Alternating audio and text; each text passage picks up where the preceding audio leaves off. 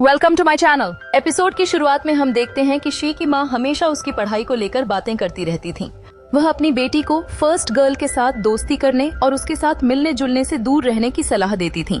यहाँ तक कि वह अपनी बेटी को जन्मदिन का तोहफा भी तभी देती थी जब वह अच्छे ग्रेड्स लेकर आती थी। अगले सीन में हम देखते हैं कि जेशु का बास्केटबॉल मैच होता है, जहाँ शी भी उसे चीयर करने आई होती है। वह जेशु को देखकर ब्लश कर रही होती है, लेकिन ये बात दोनों को खुद समझ नहीं आती। वहीं दूसरी ओर शाओ अपनी माँ के साथ आता है। उन्हें देखकर लिंग शियाओ को गुस्सा आने लगता है। वहीं जैक्सू भी उन्हें देख रहा होता है। इसके बाद लिंग शियाओ की माँ और शाओ बात करने के लिए आते हैं। जो माँ अपने बेटे को एक झटके में खुद से दूर कर चुकी थी, आज उसे फिर से अपना बेटा याद आ रहा था। उसके अंदर हमेशा एक बेटी को खोने का दर्द था, जो उसकी दूसरी शादी की वजह से उससे दूर हो गई थी।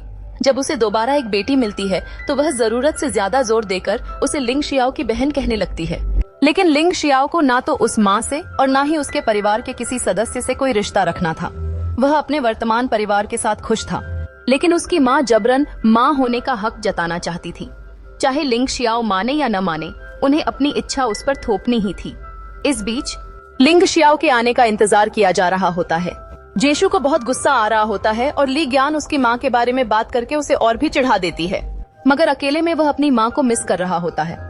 लिंग शियाओ ली ज्ञान को स्कूल के बाहर खड़ा देखता है और उसे वहाँ से ले जाता है, लेकिन ली ज्ञान उसका पीछा नहीं छोड़ती। लिंग शियाओ उसे बार बार मना करता है, क्योंकि अगर टीचर्स उन्हें देख लेते तो उन्हें स्कूल के स्टूडेंट समझकर सजा मिल सकती थी। तभी टीचर्स उन्हें देख भी लेते हैं, लेकिन ये दोनों वहाँ से भाग जाते हैं। इसके बाद लिंग शियाओ के पापा अपनी एक्स वाइफ से अच्छे मूड में मिलने आते हैं, लेकिन जब उन्हें पता चलता है कि वह लिंग शियाओ से भी मिली थी तो उन्हें गुस्सा आ जाता है। लिंग शियाओ की माँ ऐसे हंसते हुए बात कर रही थी जैसे कुछ हुआ ही नहीं। उसका लिंग शियाओ की माँ होने का दावा लिंग शियाओ के पापा को और भी गुस्से में ला देता है। ऊपर से वह उनके प्यार को पैसों से तोलने लगती है। लिंग शियाओ के पापा उसे साफ साफ समझा देते हैं कि वह सिर्फ ली याओ के पापा नहीं बल्कि लिंग शियाओ के भी पिता हैं। इसके बाद वह वहाँ एक पल के लिए भी नहीं रुकते। सब लोग दुकान पर होते हैं, तभी लिंग शियाओ के पापा आते हैं। वह बिना कुछ पूछे या बताए ली ज्ञान के पापा को अलग ले जाकर बात करते हैं और सब कुछ बता देते हैं। ली ज्ञान के पापा भी हैरान रह जाते हैं कि लिंग शियाओ की माँ कैसे इस तरह हक जता रही थी। रात को लिंग शियाओ एक सपना देखता है जिसमें वह अपनी छोटी बहन के साथ होता है। ये सपना वह बचपन से देखता आया है, एक बुरे सपने जैसा। शायद वह डर आज भी उसके मन से पूरी तरह नहीं गया है। अगले दिन स्कूल से लौटते समय बारिश होने लगती है। तभी दो बच्चे लिंग शियाओ की बात न मानते हुए दूसरों का छाता चुराकर भाग जाते हैं। दुकान में सभी लोग लिंग शियाओ की नानी को देखते हैं, जो उसकी बहन को भी साथ लाई होती है। मतलब मानो या ना मानो, मैं तुम्हारा मेहमान हूँ वाली हालत हो गई थी। ये लोग अपनी तरफ से खुश थे, लेकिन लिंग शियाओ की माँ और उनका परिवार ये सब बर्दाश्त नहीं कर पा रहे थे। नानी माँ भी ली ज्ञान के पापा के बारे में उल्टा सीधा बोलने लगती हैं। वो कहती हैं कि उन्होंने ही लिंग शियाओ को पैसे खर्च करके बड़ा किया है। अब तक तो लिंग शियाओ चुप था, लेकिन अब ये सारी बातें उसकी सहन शक्ति के बाहर हो जाती हैं। वो नानी माँ से झगड़ने लगता है। नानी माँ उसे मारने की कोशिश करती है। तभी ली ज्ञान बीच में आ जाती है और उन्हीं की भाषा में उन्हें जवाब देती है। नानी माँ फिर उस छोटी बच्ची को वहीं छोड़कर चली जाती है। बेटी भी मौन थी। उसे बचपन से भैया भैया कहकर ब्रेन वॉश कर दिया गया था। माँ को अपना बेटा चाहिए था और बेटी को अपना भाई। वो कहती हैं कि लिंग शियाओ का ली ज्ञान से कोई रिश्ता नहीं है। लिंग शियाओ इन सबसे परेशान होकर खुद भी जाने लगता है और उन दोनों को भी साथ चलने को कहता है, लेकिन छोटी बहन अपने भाई के साथ जाने के लिए जोर जोर से रोने लगती है। दोनों पापा उसे संभाल नहीं पा रहे थे।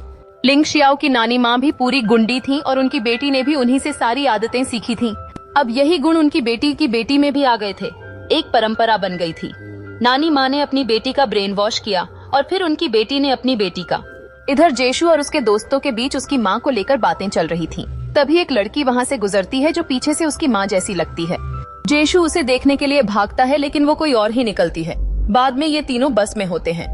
ली ज्ञान अब लिंग शियाओ से जुड़े बिना रह ही नहीं पा रही थी। अगले दिन शी ली ज्ञान को समझाती है कि एक न एक दिन लिंग शियाओ अपनी माँ के पास लौट जाएगा, क्योंकि उनके बीच खून का रिश्ता है। लेकिन ली ज्ञान को इस बात पर पूरा विश्वास था कि उसका भाई उसे कभी छोड़कर नहीं जाएगा। उसके लिए खून के रिश्ते से ज्यादा प्यार का रिश्ता मायने रखता है। रात को सारी आंटियां दुकान में बैठी लिंग शियाओ की माँ के बारे में बातें कर रही होती हैं, जो लिंग शियाओ बाहर से सुन लेता है। और यहीं पर यह एपिसोड खत्म हो जाता है। अगर वीडियो पसंद आया तो वीडियो को लाइक करें, शेयर करें और चैनल को सब्सक्राइब करना बिल्कुल न भूलें। मिलते हैं अगले एपिसोड में। Till then take care, bye bye.